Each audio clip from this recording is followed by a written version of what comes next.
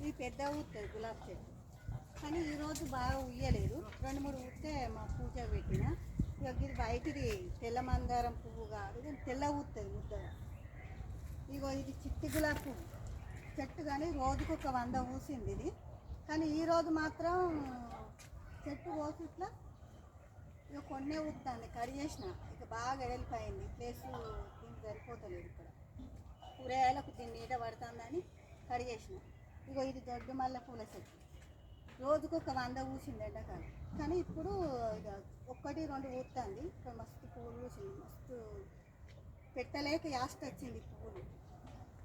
ఇదో మందారం పువ్వు రోజుకు 4-5 ఊస్తాయి. మాకు రోజు పూజకైతే మాత్రం పూస్తాను. ఇగో ఒకటి ఉంచినాయి ఈ మందారం చెట్టు. ఇగో మేము అలసంతకాయ పెట్టుకున్నాం.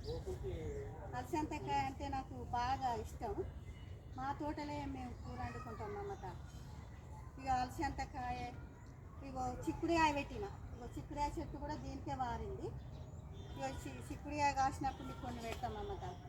అగో జామకాయలు ఇంకా పిందెలే. ఇప్పుడు జామ చెట్టు పెట్టిన. జామకాయలు చిన్న చిన్నగా కాసినాయి, కానీ ఇప్పుడు ఇంకా ఇదివరకు కాయలే, ఇప్పుడే ఫస్ట్.